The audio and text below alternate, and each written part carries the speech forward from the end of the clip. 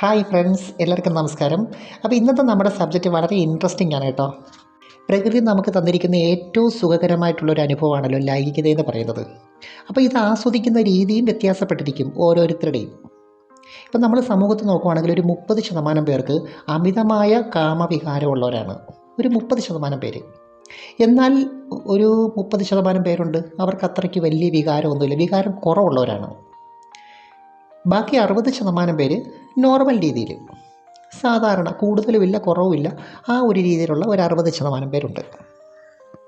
അപ്പം ഞാൻ ഈ പറഞ്ഞ പെർസെൻറ്റേജിനകത്ത് കൂടുതലും കുറവൊക്കെ വരുന്നത് പല പല സാഹചര്യങ്ങളെയും ഘടകങ്ങളെ ആശ്രയിച്ചാണ്.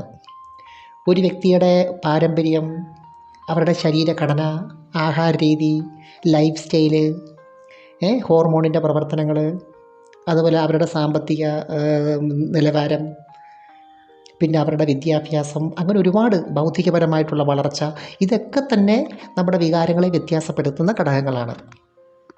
അതുകൊണ്ട് തന്നെ ഒന്ന് നല്ലതാണ് അല്ലെ ഒന്ന് മോശമാണ് എന്ന് നമുക്ക് പറയാൻ പറ്റില്ല. അപ്പോൾ ഇന്ന് നമ്മൾ നോക്കുന്നത് അമിതമായ കാമാസക്തിയുള്ള സ്ത്രീകളുടെ ചില ലക്ഷണങ്ങളാണ്. എന്ന് വെച്ചാൽ അവരുടെ ലൈഫ് സ്റ്റൈല്, അവരുടെ ആറ്റിറ്റ്യൂഡ്, അവരുടെ മൊത്തത്തിലുള്ള അവരുടെ രീതി മറ്റുള്ളവരിൽ നിന്നും കുറച്ച് വ്യത്യാസമായിരിക്കും. എന്നുവെച്ചാൽ ഈ സ്ത്രീകൾ കൂടുതലും അത് ഓവറായിട്ട് പ്രകടിപ്പിക്കുകയോ അത് തുറന്ന് പറയുകയോ ഒന്നും ചെയ്യത്തില്ല. പക്ഷേ അവരുടെ ബോഡി ലാംഗ്വേജ്, അവരുടെ ആറ്റിറ്റ്യൂഡ്, അവരുടെ സംസാരം, ഇതിൽ നിന്നൊക്കെ നമുക്ക് മനസ്സിലാക്കാൻ പറ്റും. അപ്പോൾ അതിനു മുമ്പ് എൻ്റെ ഈ ചാനൽ നിങ്ങൾ ആദ്യമായിട്ടാണ് കാണുന്നതെങ്കിൽ ഒന്ന് സബ്സ്ക്രൈബ് ചെയ്തേക്കണം, ലൈക്ക് ചെയ്യണം, കൂട്ടുകാർക്ക് ഷെയർ ചെയ്യണം കേട്ടോ. നമ്മളിത് സൈക്കോളജി പരമായിട്ടുള്ള അതുപോലെ തന്നെ സെക്സ് പരമായിട്ടുള്ള പല പ്രോബ്ലത്തെ നമ്മൾ അനലൈസ് ചെയ്യുന്നുണ്ട്. അതുകൊണ്ട് തീർച്ചയായിട്ടും സബ്സ്ക്രൈബ് ചെയ്യണം. ഇപ്പോൾ ഒരു സ്ത്രീയെ സംബന്ധിച്ചിടത്തോളം അവരുടെ വികാരം അവർ പ്രകടിപ്പിക്കുന്നത് പല തരത്തിലാണ്. പ്രത്യേകിച്ചും അവരൊരു ഇൻഡയറക്റ്റ് രീതിയിലായിരിക്കും. ഒരിക്കലും ഒരു ഡയറക്റ്റായിട്ട് ഒരു സ്ത്രീ അങ്ങനെ ഒരു പുരുഷനോട് ഒരു പക്ഷേ ഡയറക്റ്റായിട്ട് അത് പറയണമെന്നില്ല. പക്ഷേ അവരതിന് സൂചനകൾ തരും. ഞാൻ ആദ്യം പറഞ്ഞൊരു കാറ്റഗറി ഉണ്ടല്ലോ, 30%. ഈ 30%-നകത്ത് വരുന്ന സ്ത്രീകളെ സംബന്ധിച്ചിടത്തോളം അവരുടെ ശരീരം എപ്പോഴും സെക്സ് ഡിമാൻഡ് ചെയ്യുന്ന ഒരു ശരീരമായിരിക്കും. നമുക്ക് പൊതുവേ അത് കാണുമ്പം അത് മനസ്സിലാക്കാൻ പറ്റും. എന്ന് വെച്ചാൽ അത് വണ്ണം, നീളം, പൊക്കം, നിറം, ഇതൊന്നുമല്ല, ചില പ്രത്യേക ബോഡി ലാംഗ്വേജ് ഉണ്ട് അവർക്ക്. അപ്പം ഇതിന് അനുകൂലമായിട്ട് അവരുടെ മെൻ്റൽ ബോഡി, നമുക്ക് 2 ബോഡിയുണ്ട്, ഫിസിക്കൽ ബോഡിയുണ്ട്, മെൻ്റൽ ബോഡിയുണ്ട്. അപ്പോൾ അവരുടെ മെൻ്റൽ ബോഡി ഇതിനനുകൂലമായിട്ട് അവർ രൂപാന്തരപ്പെടുത്തിയെടുക്കും. എന്ന് വെച്ചാൽ സാധാരണ ആൾക്കാരേക്കാൾ കൂടുതലായിട്ട് യോനി ഭാഗത്ത്, അതുപോലെ ബ്രസ്റ്റിൻ്റെ ഭാഗത്തൊക്കെ ഒരു പ്രത്യേക തരിപ്പുണ്ടാവും. അപ്പോൾ ഈ തരിപ്പ് എന്തിനാണെന്ന് വെച്ചാൽ അവരുടെ ആ ഭാഗത്ത് കൂടുതൽ സ്റ്റിമുലേഷൻ വേണമെന്ന് ബോഡി അത് അറിയിക്കുകയാണ്. അപ്പോൾ എല്ലാവർക്കും ഈ തരിപ്പിനെ സാറ്റിസ്ഫൈ ചെയ്യാനുള്ളൊരു സാഹചര്യം ഉണ്ടാകണമെന്നില്ല, ചിലർക്കുണ്ട്. അപ്പോൾ ഈ ഒരു വികാരത്തെ പലരും പല രീതിയിലാണ് തൃപ്തിപ്പെടുത്തുന്നത്. ഇപ്പോൾ ചിലർ വിവാഹം കഴിച്ചവരാണെങ്കിൽ ഹസ്ബൻഡുമായിട്ടുള്ള ബന്ധത്തിനകത്ത് അവർ സാറ്റിസ്ഫൈഡ് ആണെങ്കിൽ അവരങ്ങനെ അങ്ങ് പോകും. എന്നാൽ ചിലവരുണ്ട് ഹസ്ബൻഡുമായിട്ടുള്ള ബന്ധത്തിന് അത്ര സാറ്റിസ്ഫൈഡ് അല്ല, പക്ഷേ നല്ല വികാരമുണ്ട്. അപ്പോൾ തീർച്ചയായിട്ടും അവർ വേറൊരു ബന്ധത്തിന് ശ്രമിക്കും. അപ്പം ഞാൻ ആദ്യം പറഞ്ഞ ആ കാറ്റഗറി ഉള്ളവരിൽ പൊതുവേ ഒരാളിൽ അത്ര സംതൃപ്തി കണ്ടെത്തുന്നവരല്ല. അവർക്കൊരാൾ മാത്രം പോരാ, അവർ വ്യത്യസ്തമായ രീതിയിലുള്ള ലൈംഗികത ആസ്വദിക്കാൻ ആഗ്രഹിക്കുന്നവരായിരിക്കും ഇവർ. പലതരത്തിലുള്ള ആൾക്കാർ, വ്യത്യസ്തമായ രീതികൾ, അവർക്കെപ്പോഴും ഇതിനകത്തൊരു പ്രത്യേക ആനന്ദവും സന്തോഷവും കണ്ടെത്താൻ സാധിക്കും. അപ്പം ഞാനീ പറഞ്ഞ കാറ്റഗറി എല്ലാ വിഭാഗത്തിലും ഉണ്ട്. ഒരു ഫാമിലിയായിട്ട് ഹസ്ബൻഡും മക്കളെയൊക്കെ കെയർ ചെയ്ത് കുടുംബം നോക്കിയൊക്കെ കഴിയുന്ന സ്ത്രീകളിലുമുണ്ട്. അപ്പോൾ ഒരുപക്ഷെ അവർ തിരഞ്ഞെടുക്കുന്നത് മാസ്റ്റർബേഷനായിരിക്കും. അവർ മിക്കവാറും ദിവസങ്ങളിൽ മാസ്റ്റർബേഷൻ ചെയ്ത് ഞാൻ ആദ്യം പറഞ്ഞ ഒരു തരിപ്പുണ്ടല്ലോ അത് മാറ്റിയെടുക്കും. അപ്പോൾ എനിക്ക് അറിയാവുന്ന എൻ്റെ ഒരു ഫ്രണ്ട് ഈ ഒരു കാറ്റഗറിയിലുള്ളതുണ്ട്. എന്ന് വെച്ചാൽ പുള്ളിക്കാരി എപ്പം നമ്മൾ സംസാരിച്ചാലും എടുത്താലും ഒക്കെ ഇതിന് പ്രാധാന്യം കൊടുക്കുന്ന രീതിയിലുള്ള സംസാരമായിരിക്കും. അപ്പോൾ അവരെ സംബന്ധിച്ച് അവർക്കിതൊരു മെയിൻ സബ്ജക്റ്റാണ്. എന്ത് വന്നാലും അവസാനം വന്നെത്തുന്നത് ഇതിനകത്തായിരിക്കും. എന്ന് വെച്ചാൽ ഇങ്ങനെയുള്ളവർക്ക് ചില പോസിറ്റീവ് വശങ്ങളുണ്ട് കേട്ടോ. എന്ന് വെച്ചാൽ ഇവർ വളരെ എനർജറ്റിക് ആയിരിക്കും. അതുപോലെ തന്നെ നല്ല ഒരു പ്രത്യേക ലൈഫ് സ്റ്റൈൽ നയിക്കുന്നവരായിരിക്കും. വളരെ അട്രാക്റ്റീവായിട്ടുള്ള ലൈഫ് സ്റ്റൈൽ നയിക്കാൻ അവർ ശ്രദ്ധിക്കും. അതുപോലെ തന്നെ അവരുടെ ശരീരം, മുഖം, ഡ്രസ്സിങ്, മേക്കപ്പ്, ഇതിലൊക്കെ അവർ വളരെയേറെ ശ്രദ്ധിക്കുന്നവരാണ്.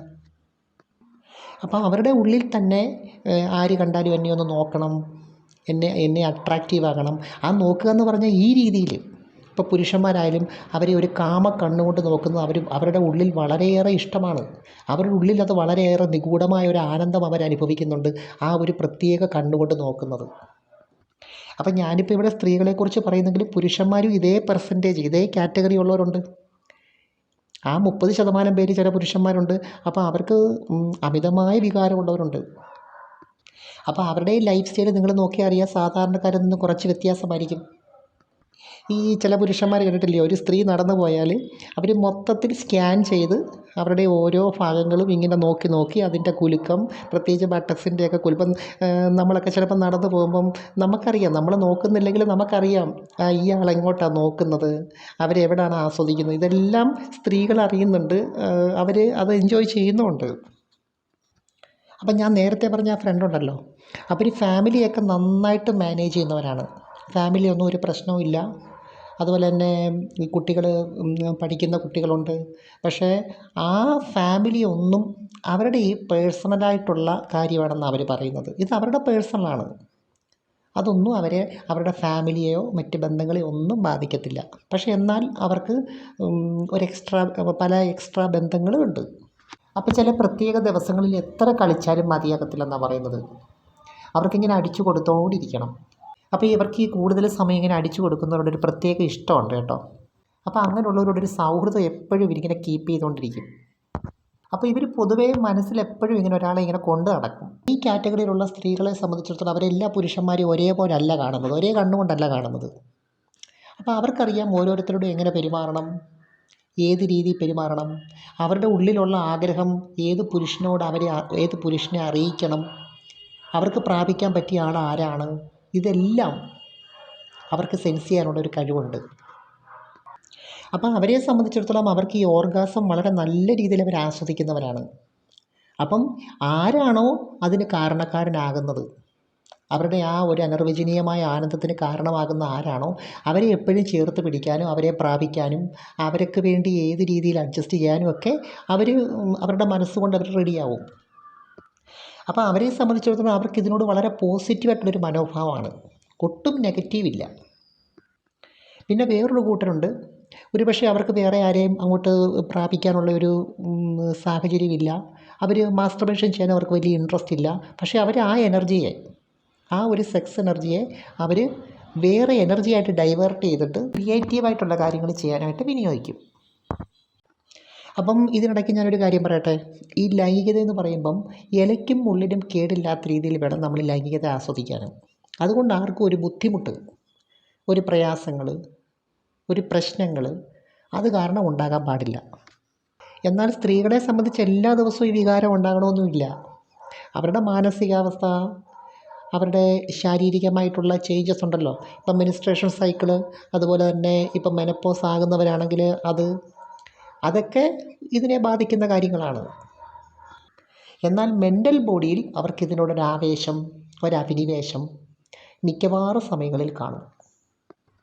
അപ്പം ഞാൻ പറഞ്ഞു വരുന്ന ഇതാണ്, അമിതമായിട്ടുള്ള കാമവികാരമുള്ള സ്ത്രീകളെ സംബന്ധിച്ചിടത്തോളം, അല്ലെങ്കിൽ അതിന് പ്രാധാന്യം കൊടുക്കുന്നവരെ സംബന്ധിച്ച് നമുക്കിപ്പോൾ ഒരൊറ്റ നോട്ടത്തിലോ അല്ലെങ്കിൽ അവരോട് ജസ്റ്റ് ഒന്ന് അടുത്തെന്നും പറഞ്ഞോ ഒന്നും നമുക്ക് മനസ്സിലാക്കാൻ പറ്റില്ല, അവരത് റിവീൽ ചെയ്യത്തുമില്ല. അപ്പോൾ അവർക്ക് വ്യക്തമായ ഒരു കാഴ്ചപ്പാട് കാണും ആരിൽ ഇത് പ്രകടിപ്പിക്കണമെന്നുള്ളത്. അപ്പോൾ ഇങ്ങനെയുള്ള സ്ത്രീകളെ സംബന്ധിച്ച് ഈ ഒരു സബ്ജക്റ്റ് അവർക്ക് എത്ര സമയം വേണേലും അവരിങ്ങനെ പറഞ്ഞുകൊണ്ടിരിക്കും, പറയേണ്ടവരോട്. അവർക്കതൊരിക്കലും ഒരു മടുപ്പല്ല. എനിക്ക് തോന്നുന്നു പുരുഷന്മാരെ കുറച്ചുകൂടെ പെട്ടെന്ന് മനസ്സിലാക്കാൻ പറ്റും, അമിതമായിട്ട് വികാരമുള്ളവരെ. നിങ്ങൾക്കാണെങ്കിലും നിങ്ങളുടെ ഫ്രണ്ട്സിനെയൊക്കെ അറിയാമല്ലോ, എന്താ നിങ്ങളതിന് പറയുന്നത്, എന്താ കോഴിയോ അങ്ങനെയൊക്കെ പറയത്തില്ലയോ, അവനൊരു കോഴിയാണ്. അതുപോലെ സ്ത്രീകൾക്കും പെട്ടെന്ന് മനസ്സിലാക്കാൻ പറ്റും ഈ പുരുഷന്മാരെ. ചിലവരുടെ നോട്ടം കണ്ടാൽ തന്നെ അറിയാമോ ഇവനൊരു കോഴിയാണ്. അപ്പോൾ ഈ കാറ്റഗറിയിലുള്ളവർ പൊതുവേ അവരുടെ സന്തോഷം കീപ്പ് ചെയ്യാനൊക്കെ ശ്രമിക്കുന്നവരായിരിക്കും. അതുപോലെ അവരുടെ എനർജി ലെവൽ എപ്പോഴും നല്ല ഹൈ ആക്കി വെക്കാൻ ആഗ്രഹിക്കുന്നവരാണ്. എന്ന് വെച്ചാൽ പ്രത്യേകിച്ച് അവരുടെ പേഴ്സണാലിറ്റിയിൽ, അവരുടെ വസ്ത്രധാരണത്തിലൊക്കെ അവർ വളരെയേറെ ഒരു പുതുമ കണ്ടെത്താൻ ശ്രമിക്കുന്നവരാണ്. അതുപോലെ തന്നെ അവരവരുടെ വിചാരങ്ങളെ നന്നായിട്ട് ബഹുമാനിക്കുന്നവരുമാണ്. അപ്പോൾ ഇങ്ങനെ ഓരോരുത്തരും യുണീക്കാണ്, എല്ലാവരും വ്യത്യാസപ്പെട്ട് കിടക്കുന്നു. ഓരോരുത്തർക്കും ഓരോ സ്വഭാവ രീതികൾ. അപ്പോൾ ഇതെല്ലാം നമുക്ക് ആസ്വദിക്കാൻ കഴിയണം. അതുപോലെ തന്നെ നമ്മളോട് അടുക്കുന്ന ഒരാൾ, അല്ലെങ്കിൽ നമ്മളോട് അടുക്കാൻ ശ്രമിക്കുന്ന ഒരാൾ അവരുടെ യഥാർത്ഥ ആവശ്യം എന്താണ് എന്ന് മനസ്സിലാക്കാനുള്ള ഒരു സെൻസും നമുക്കുണ്ടാകണം. അപ്പോൾ റിലേഷൻഷിപ്പൊക്കെ കുറച്ചുകൂടെ നല്ല ആരോഗ്യകരമായിട്ട് ഒരു റിലേഷൻഷിപ്പ് നമുക്ക് കീപ്പ് ചെയ്യാൻ പറ്റും. അപ്പോൾ എനിവേ ഞാൻ നിർത്തുകയാണ്. അതുപോലെ സബ്സ്ക്രൈബ് ചെയ്യാത്തവർ സബ്സ്ക്രൈബ് ചെയ്യണം, ലൈക്ക് ചെയ്യണം, കൂട്ടുകാർക്ക് ഷെയർ ചെയ്യണം കേട്ടോ. Thanks for watching. See you next time. By.